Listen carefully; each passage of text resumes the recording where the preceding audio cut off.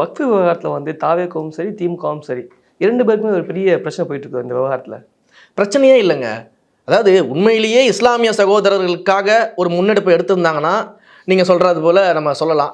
யார் வந்து அதிக அளவில் முன்னெடுப்பு எடுத்திருக்காங்க, ஒரு போட்டி நிலவுது, ஒரு பிரச்சனை நிலவுதுன்னு சொல்லலாம். இங்கே தான் திமுக ஒன்றுமே பண்ணலையே.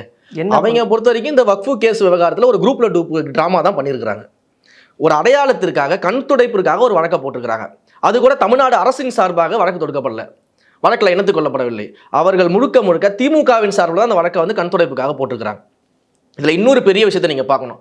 இப்போ சிஏஏ சட்டத்திருத்தத்துக்கு எதிராக கேரளா அரசு, நம்ம வந்து ஒரு பார்ட்டியை சொல்ல, கேரளாவுடைய கவர்மெண்ட் ஒரு ஸ்டாண்ட் எடுத்து வழக்கு தொடுத்து அதற்கான விஷயங்களை முன்னெடுக்கிறாங்க. அதே போல் இதே ஆளும் திமுக அரசு, இன்றைக்கு இருக்கக்கூடிய அரசு, ஆளுநர் விவகாரத்தில் என்ன பண்ணுறாங்கன்னா ஒரு வழக்கை வந்து முன்னெடுக்கிறாங்க. அந்த வழக்கில் வந்து வெற்றி பெற்றுட்டோம், நாங்கள் வந்து உரிமைகளை வந்து நிலநாட்டிட்டோம், மாநில உரிமைகளை நிலநாட்டியிருக்கோம் அப்படின்லாம் மாறு தட்டிக்கிட்டு, அதே போல் அந்த வழக்குக்காக வாதாடினவங்களை அழைச்சி விருந்தெல்லாம் கொடுத்தாரு முதல்வர் மு க ஸ்டாலின் அவர்கள்.